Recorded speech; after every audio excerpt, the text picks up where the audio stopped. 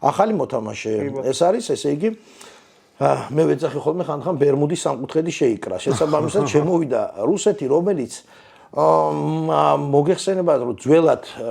რუსეთი, ეს იყო კიევის რუსეთი, რომელიც იყო და კიევის რუსეთიც არასწორი ცნება პრინციპი. ეს არის სლავური სახელმწიფო,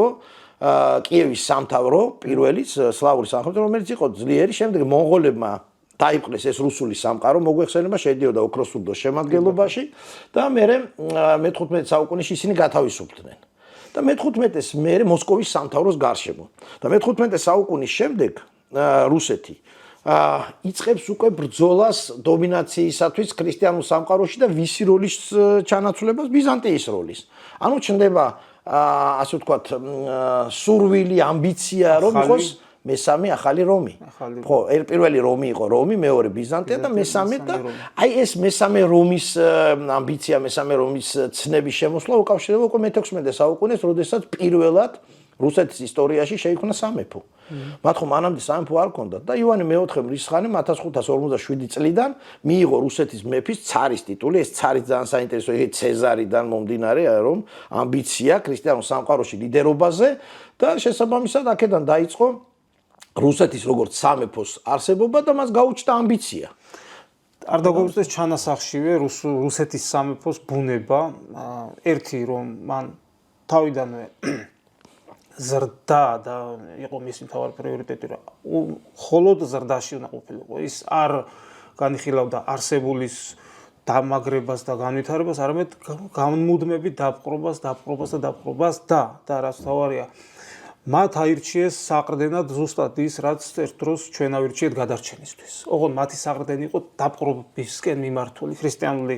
სარწმუნება, მათ გამოიყენეს იარაღად, რომ დაეპყროთ. ჩვენ თუ ავირჩიეთ იარაღად, რომ გადარჩენილიყავით, მათ სრულად განსხვავებულად და აქაც დაგვემართა ის, რაცაც საუბრობდით ჩვენ დასაწყისში, რომ ჩვენ ისევ ერთხელ გავხევდით, ვერ მივხვდით, რასთან ქონდა საქმე, როგორც ბიზანტიასთან მოგვივიდა, იგივე დაგვემართა რუსეთთან მიმართებაშიც, აი ახლა და რაღაც ნაწილი იგივე მეორდება დღევანდელ საქართველოში. კი ბატონო, გადაეს ერთმანეთთან ჯაჭვშია, რასაკვირველია და სწორედ აი პოლიტიკისთვის იყენებდნენ ამას რუსები და ჩვენც სწორედ, მაგრამ ჩვენც არჩევანი დიდი არ ქონდა გოგა. პრინციპში შევხედოთ ცივილიზებულ სამყაროს ბუნებრივი პირობების გამო არ ვაინტერესებთ და დავავიწყდით და რჩება არჩევანი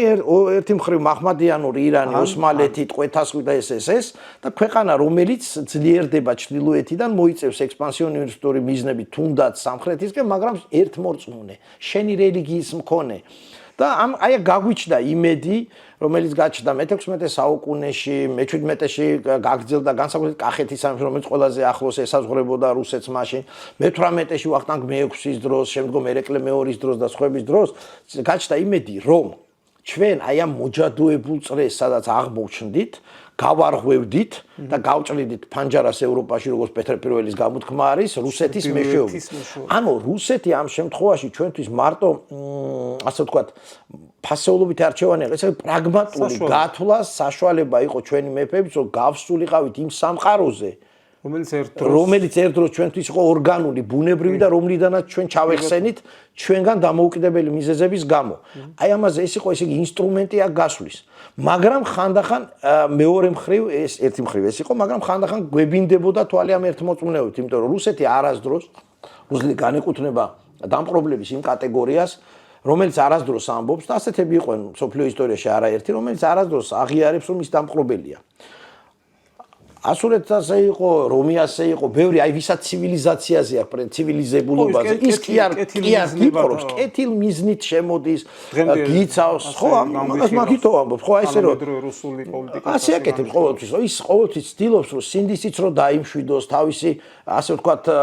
პოლიტიკა გაამართლოს, ყოველთვის ის კი არ იპყრობს ქვეყნებს, ის ამ ათავისუფლებს, იმათ სიკეთეს უკეთებს. ეს მისი მისიაა. მესამე რომის მისია რომ გაათავისუფლოს, განათლება შეიტანოს და ასე შემდეგ და ასე შემდეგ. აი ამ მიზნებით იყო რუსეთი და შესაბამისად არადა რეალურად მოდი ვთქვათ გოგა პირდაპირ. რეალურად ეს არის დღევანდელი რუსეთი, რაც რუსეთი გახდა სახელი. ეს იყო მონღოლეთის ნანგრევებზე აღმოცენული დესპოტური ზარმაზარი გავნა დატოვა მონღოლეთის რუსეთზე და ივანე მრისხანის მმართველობა რომ შევადაროთ აი უამრავი რამ გადმოღებული იქნა მონღოლთაგან, მისი მართვის ტიპი, ის დაუნდობლოა თუნდაც რაც იცენდა პროგრესული აზრის წინააღმდეგ, რა უქნა ნოვგოროდსკი ვიცით და ოპრიჩნინა, რომელიც მწვერვალში იყო აყვანილი, ძალმომრევება და ძალადობა საკუთარი ხალხის წინააღმდეგ და ვისზე დაყრდნობით, ყველაზე დეგრადირებული შავი მასის გამოყენებით, ყველაზე ესე კოლექტიური სოციოპათია იყო და საყრდენი მაშინდელი რუსული სამეფოსი და მოდი ვთქვათ, რომ ოპრიჩნინა ეს ცალკე საუბრის თემაა, გახდა ჩანასახი მომდევნო მეფეების პირადი ლაშქრებისა, ოხრანკისა, ენკავედესი და მოკლედ ფესვი და ძირი თანამედროვე რუსეთის სპეცსამსახურებისა იქ არის მაგრამ გავამახვილე სპეციალურ ყურადღებას სწორედ მაგაზე რომ საიდან მოდის ეს რუსეთი აი ეს ქვეყანა რომელიც მემკვიდრეც ანუ ის ძველი კიევის სამთავრო ის სხვა რამეა ისა და ამას შორის ამიტომ მართალია რუსები ძალიან ცდილობენ რომ მიაბან უკრაინის თემას და კიევის რუსეთის ტერმინიც კი ხელოვნური რომ მე შექმნია რუსების მიერ ის არ იყო კიევის რუსეთი ის იყო კიევის სამთავრო ეს საგანგებოდ მინდა აღნიშნო და საგანგებოდ იცოდნენ ჩვენმა ასე ვთქვათ მეგობრებმა და ჩვენმა თანამოქალაქეებმა ის კიევის სამთავრო და შემდგომდელი რუსეთის სამეფო ეს ერთმანეთს ორი განსხვავებული რამე არის და რაც შეეხება ახლა ჩვენ რომ მივაბათ ახლა ამ შემთხვევაში დასავლეთ ევროპაში მე-18 საუკუნეში მართალია მე-17-მე-16-ში იყო ეს ჰოლანდიის რევოლუცია იყო ინგლისის სახელოვანი რევოლუცია სადაც კაპიტალიზმი მაგრამ მაინც გადამწყვეტი როლი ითამაშა საფრანგეთის დიდმა რევოლუციამ დიდმა რევოლუციამ ეს არის სრულები აი ეს ცulis უკვე სამყაროს ნამდვილად აი სოციალური კუთხით თავარი მომენტი რაც იქ სოციუმში ცვლილება მოხდა ტკივილების ფასად უზარმაზარი ყველაფრის შეცდომების მაგრამ ეს იყო მოძრაობა ეს იყო დუღილი წარმოიდგინე გოგა ისე იგი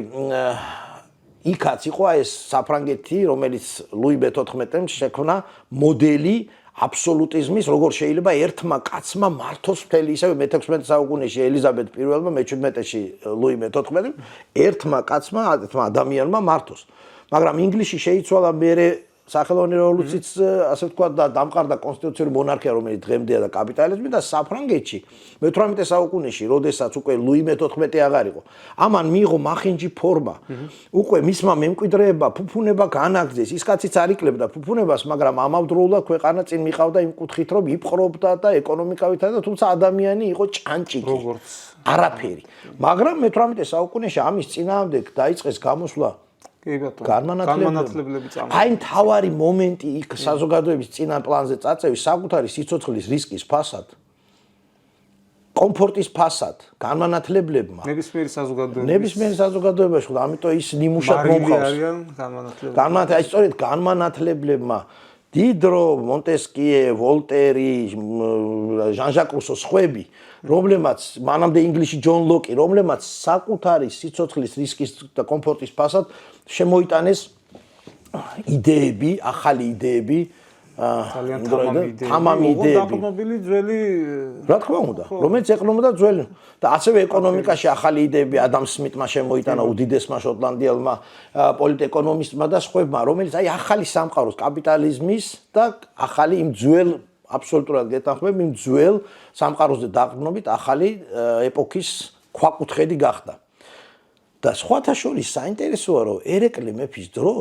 ერეკლე მეფის დროს ჩვენთანაც შემოდიოდა განმანათლებლური იდეები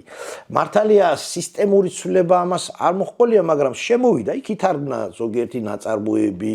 სხვა ბატონიშვილების რიგებშიდაც იგივე დავით ბატონიშვილი თუ სხვები იქ არ დაგვავიტეს ასევე ალექსანდრე ამილახვარის ცნობილი ნაშრომი ბრძენი აღმოსავლეთისა და ასე შემდეგ რომელსაც აი ეს განმანათლებული ერთფერი დაჰკრავდა ეპიზოდურად გოგა მაგრამ მაინც იყო არაფერი იყო მანამდე სულ არაფერი იყო ანუ დაიწყო პირველი მოძრაობა მაგრამ ეს მოძრაობა ამან იპოვა მე გასასვლელი იპოვა მაგრამ იპოვა რასაკვირველია გასასვლელი მაგრამ პოლიტიკურად ჩვენ მოვიქეცით კვლავინდებურად ჩიხში იმ კუთხით გაგრძელდა ეს ჩიხში ყოფნა იმ კუთხით რომ კი გავთავისუფლდით ოსმალეთისა და ირანის ბატონობისგან მაგრამ მოვიქეცით ერთმორწმუნე რუსეთის სრული ბატონობის ქვეშ